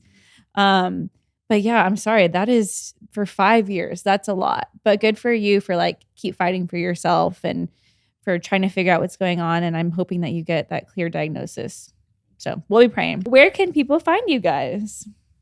I don't know. Which You one don't do you know where want to find which one us? do you want to shout out? Like, I don't, Just Google them. You'll find all their links. Yeah. You can find Go us to our on YouTube. We're gonna do Instagram. long form at some Yes. point. So That's go to our an YouTube. answer to the 10-year question. I want to be making long form content. It sounds Really? looks More? so fun. Yeah, I want to do long form, like really bad. I want, but not on our own. Like I Yeah, can't do it alone. Would you ever hire an editor? If For we were sure. doing long form, and I would even hire someone to film. Mhm. Like That's Yeah. the thing, because I don't know how you'd be filming for all platforms like that. we couldn't. It's too much. But Like we already feel like we want to overwhelmed do with- long form though. We were doing long form and TikTok and Instagram stories. At one point, we hired this guy. Remember Jack? Oh yeah. And he came over and filmed us. And it was just like the flow was so hard because it was just like 3 different storylines that we just couldn't figure out how to match up all the storylines into one. Yeah. You know? You definitely have Yeah. to set a day aside and like Mhm. film the YouTube video. And, Yeah. But when you're doing daily stories, that's really hard Yeah. at the time. True. That was really hard. Yeah. Any other projects you guys are working on? I don't think so. I mean, we have like branded stuff we're doing. Yeah. Can you tell us? I have some new jewelry pieces that are about to come out. Ooh. So I'm pretty excited about those. Shout out. Yeah, shout out to Rellery. They're amazing. Yeah. They're so nice. They're awesome. They'll actually be at the first birthday party. Really? Yeah, they're super sweet. You should do another event with them. Like Oh, a yeah. pop up. Yeah, I bet people loved that. I know everybody keeps was asking so if we're gonna do fun. another one. I loved doing the pop up. We should do a joint pop up. That Let's- would be fun. Is that a thing? Like multiple creators do a pop up together? Yeah, I'll do Yeah, it. totally. Oh yeah. We could do Divi and Rellery. Oh, Divvy yeah. and Rellery. Get your scalp massage. Get your scalp Let's massage. put it on. Get your, let us Rose know. couture. Yeah. We love Rose Couture. Yeah, Yeah. we do that. Oh yeah, for sure. Hey, let us know. Hey, I'll be available. I'm not going anywhere. I got this baby that I got to deliver. Yeah. So, okay. Well, thank you guys so much for coming on the podcast. And Thanks for having us. I hope that y'all are over more playing some video games. Maybe, Yeah, not, maybe sorry, paintball. Work Sorry. a ton. board games, not video games. Ah. Maybe Hey, we can do video the games. Hey, 4 people. That's PUBG. That's Yeah. a full lobby. Oh Yeah. my gosh. Mario PUBG. Party. Maybe you can convert. Oh, Mario Party. I would do that. I would Yeah. do that. Get the Wii's back out. Yeah. Oh my Wii. gosh. Oh my so God. Wii. All right. Well, thank you guys for listening to the rest of this episode. Make sure you leave a comment down below of your favorite part. Comment something that people wouldn't understand. People. and then everyone will be confused. Yeah. So what do people call Just in the podcast. He already said it. Okay. We love you guys and we'll talk to you later. Bye. Please note that this episode may contain paid endorsements and advertisements for products and services. Individuals on the show may have a direct or indirect financial interest in products or services referred to in this episode.